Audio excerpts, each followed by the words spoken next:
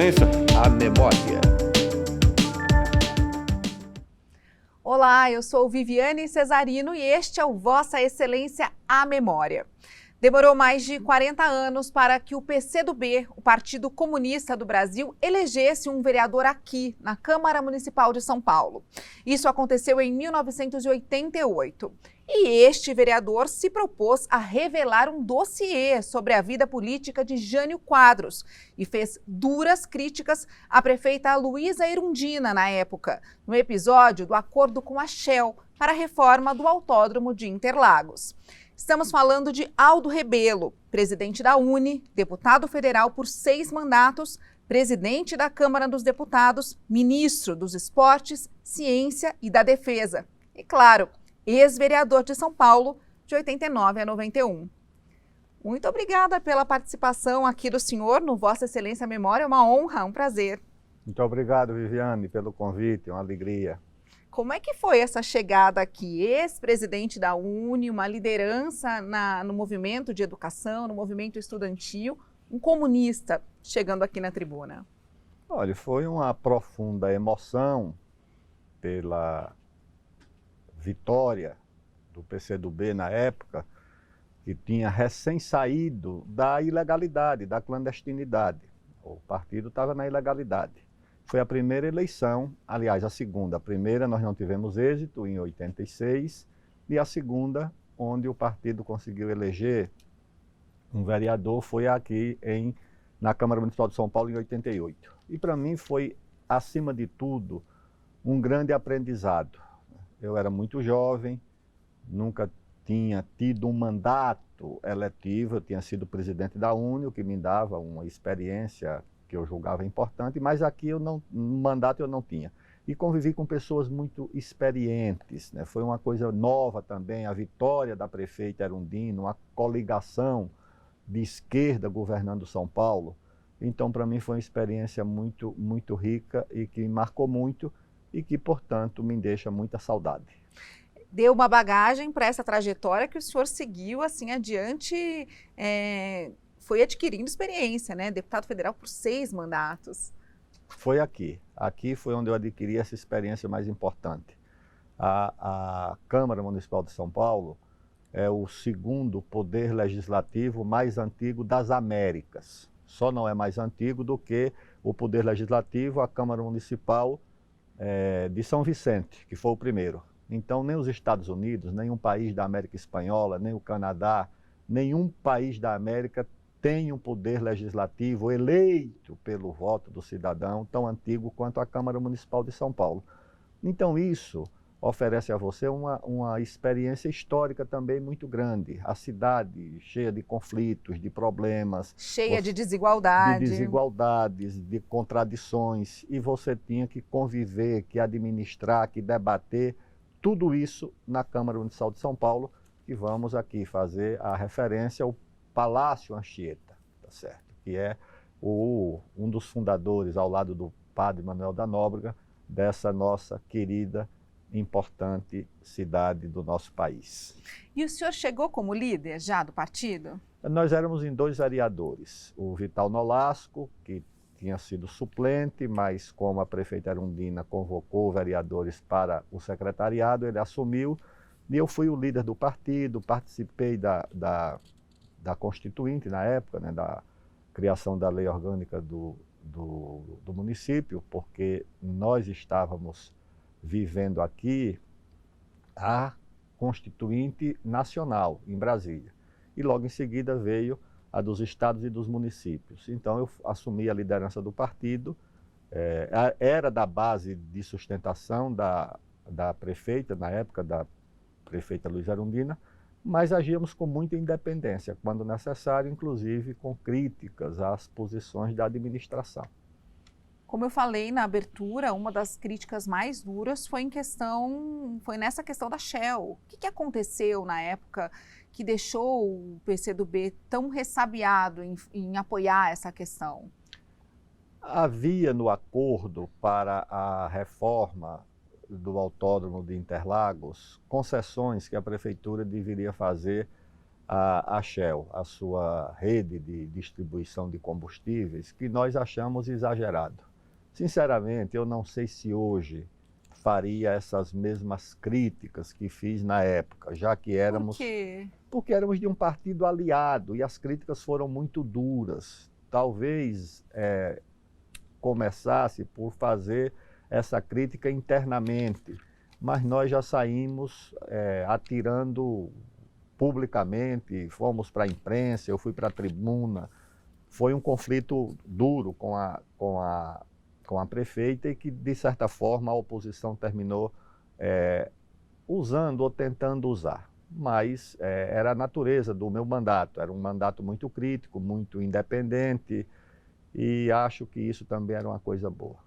Ela ficou chateada com o senhor? Mas muito chateada. Falaram sobre isso depois? O PT ficou muito chateado, porque você deve levar em conta que estávamos em plena campanha ou pré-campanha da eleição para a presidência da República.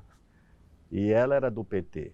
E essa crítica também alcançava, de certa forma, o PT. Então, no PT houve muita reação às minhas críticas, mas uma compreensão de que eu fazia aquilo por minhas convicções. Não havia nenhum outro interesse que não fosse o das minhas convicções. Convicção que o senhor revelou muito na questão do dossiê do Jânio. Quando o senhor subiu na tribuna para falar a primeira vez disso, o senhor falou bem assim: vou revelar um dossiê acerca da vida pública e política de Jânio Quadros. Inclusive, o senhor pedia a revogação do título de cidadão paulistano do Jânio. Por que o senhor riu? Porque eu contrariei muitos amigos, aqui dentro da Câmara, inclusive, que eram janistas, como o Brasil fervorosos. Vita. Isso, o Brasil Vita, que era um homem muito preparado, um grande advogado, um grande orador, um grande vereador. E o Alex Freua Neto, que era amigo pessoal do Jânio, tinha integrado o governo do Jânio, e eram meus amigos. O Alex era uma pessoa muito doce, muito afável, muito amiga, e ele ficava muito contrariado, porque eu pedi a convocação do Jânio, chamei o Ministério Público, o Jânio reagiu duramente, dizendo que eu, além de convocar, eu devia também convocar o Papa. Por quê? Porque eu recebia informações de pessoas, um que tinha sido contador do Jânio, e que conhecia coisas assim da vida patrimonial, das coisas do Jânio, que ele revelava. E o outro, que era um homem que se julgava muito injustiçado pelo Jânio e que tinha feito durante toda a vida um dossiê do Jânio. E ele me passou esse dossiê.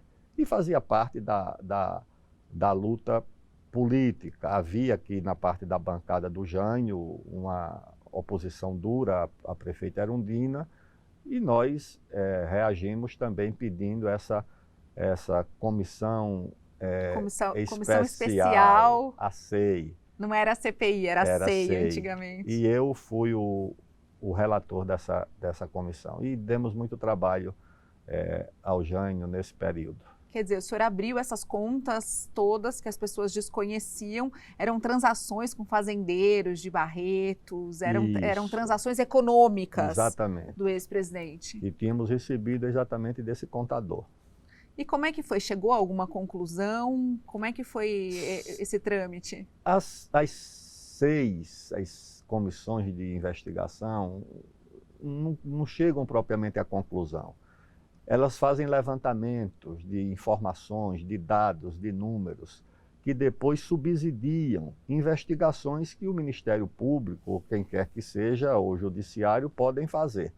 Então, o que aconteceu foi isso. Nós passamos essas investigações, essas revelações, que a comissão tinha poder de receber, de processar e de encaminhar.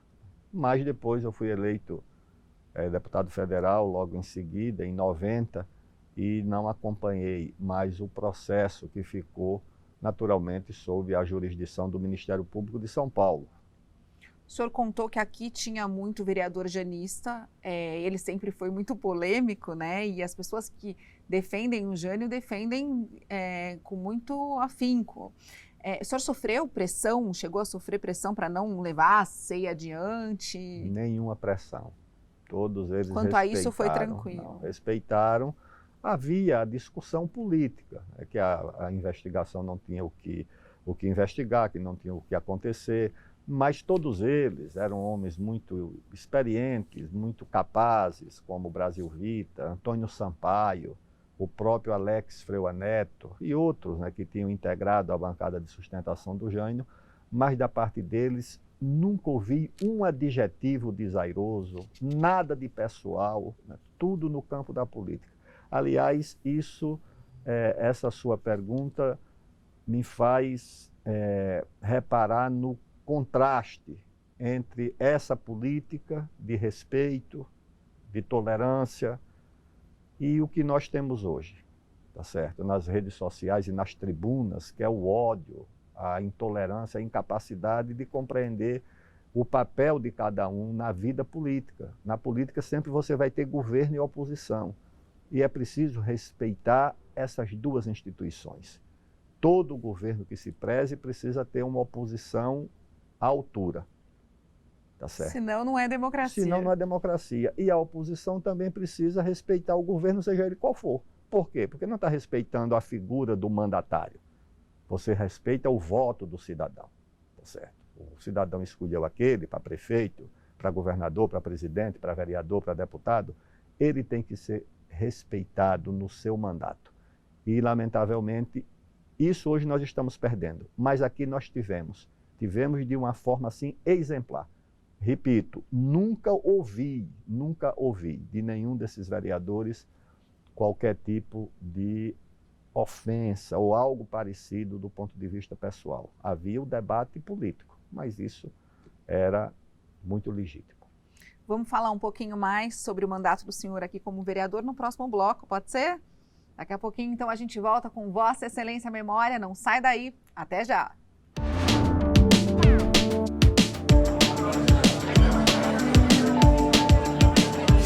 Vossa Excelência, a memória.